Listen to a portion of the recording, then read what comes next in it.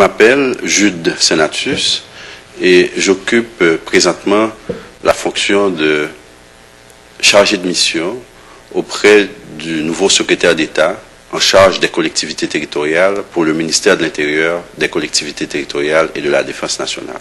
Mon intervention se situe dans le cadre du projet de coopération internationale multipartite qui vise à soutenir des communes haïtiennes, notamment la commune de Port-au-Prince et 4 autres communes dans la région des Palmes, fortement touchées par le tremblement de terre de 2010.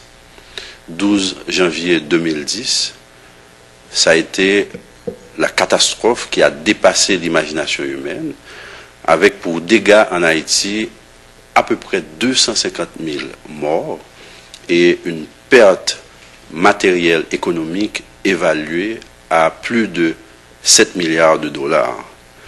L'impact de ce tremblement de terre sur les communes d'Haïti, particulièrement la ville de Port-au-Prince qui a été le théâtre politique de l'événement, et les communes de la région des Palmes. Je veux citer les communes de Gressier, les communes de Léogane, de Petit-Goâve et de Grand-Goâve.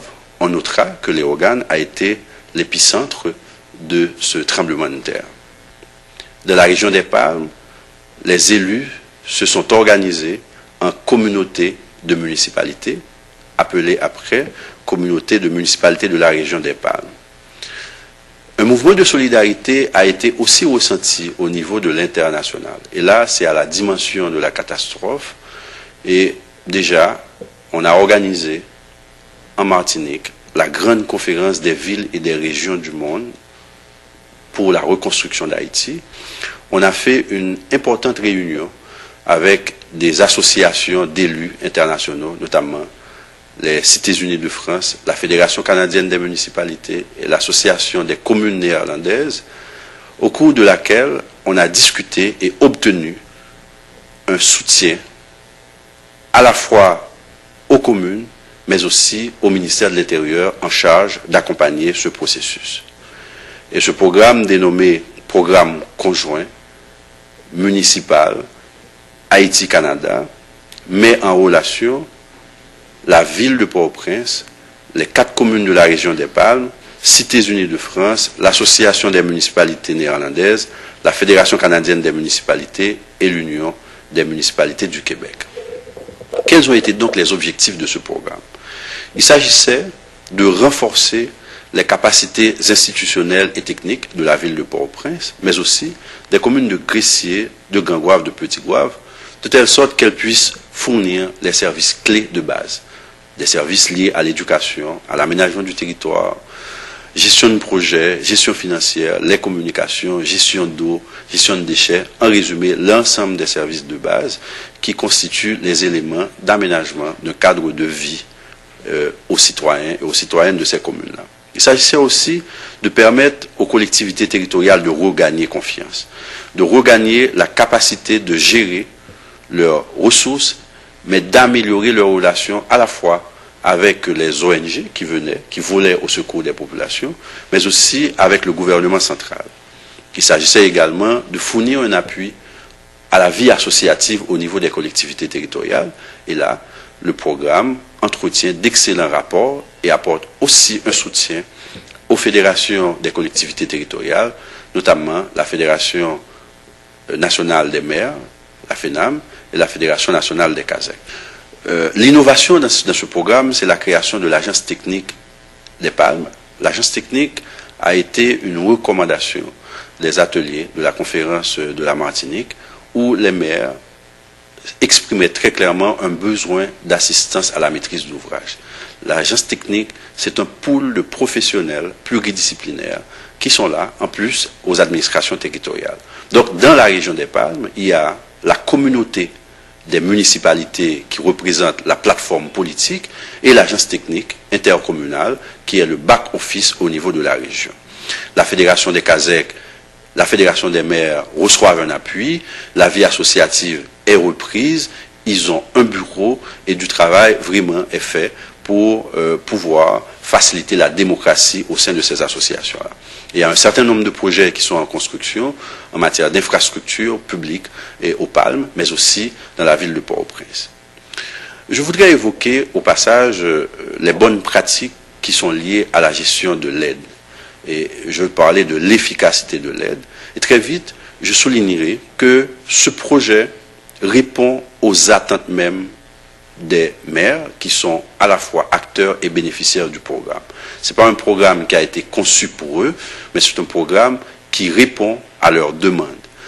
Et le programme est aussi géré par la communauté politique, la communauté des municipalités. Donc les élus forment cette communauté et il y a un partage de responsabilités de chacun des partenaires. Par exemple, les Cités Unies de France s'occupent de l'éducation et de la gouvernance régionale. La Fédération canadienne des municipalités travaille elle-même au niveau de l'aménagement du territoire, de la gestion municipale, de la gestion de projet. Et là, toutes ces compétences sont consacrées, sont dédiées au niveau de l'agence technique, donc les partenaires ne font qu'accompagner. Et finalement, la Fédération des municipalités de la Hollande donne un appui au niveau de la gestion de l'eau et du déchet. Et ça, c'est toute la problématique de l'assainissement qui est abordée, et c'est là même les plus grands défis de l'ensemble des communes haïtiennes. Il faut aussi noter la démarche de maximiser l'efficience et l'efficacité du soutien donné en partageant les coûts d'un éventail d'activités de services. Et là, c'est la règle de la mutualisation. C'est-à-dire les coûts qu'on met pour le renforcement des municipalités, mais ces coûts sont mutualisés et sont desservis, sont fournis à l'ensemble des communes en même temps, moins Port-au-Prince qui bénéficie d'un appui spécial avec la ville de Montréal, mais c'est la même dynamique, c'est la même démarche, ce sont les mêmes procédures. Et finalement, je dirais qu'un ensemble d'outils ont été développés pour faciliter la communication.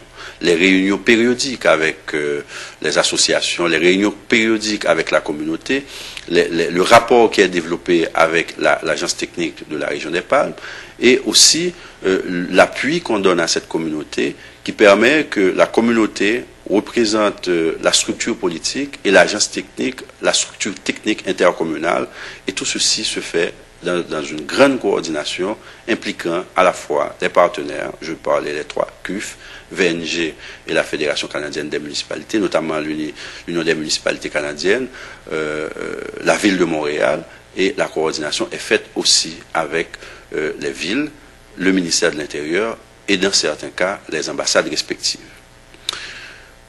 Je m'empresse de conclure, mais en précisant que ce programme, c'est le premier du genre en Haïti.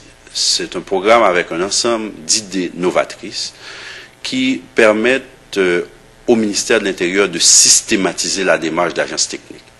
Le concept d'agence technique a été introduit pour la première fois dès le tremblement de terre avec la conférence de la Martinique, parce que les administrations à la fois de l'État et des collectivités territoriales étaient suffisamment faibles pour que le tremblement de terre les anéantisse. Donc le besoin s'émerge dans le sens de renforcer les capacités, et c'est le rôle des agences techniques.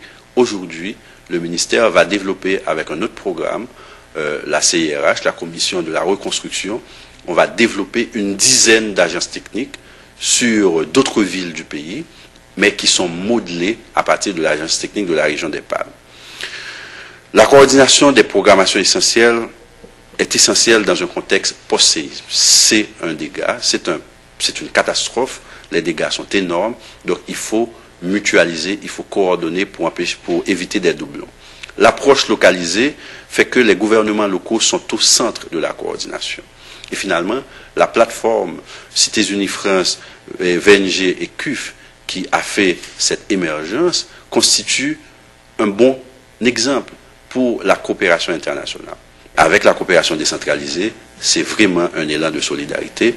C'est un bon exemple, c'est un modèle pour démontrer dans vos séances de travail en Corée l'efficacité de l'aide internationale, mais de l'aide internationale dans le cadre de la coopération décentralisée.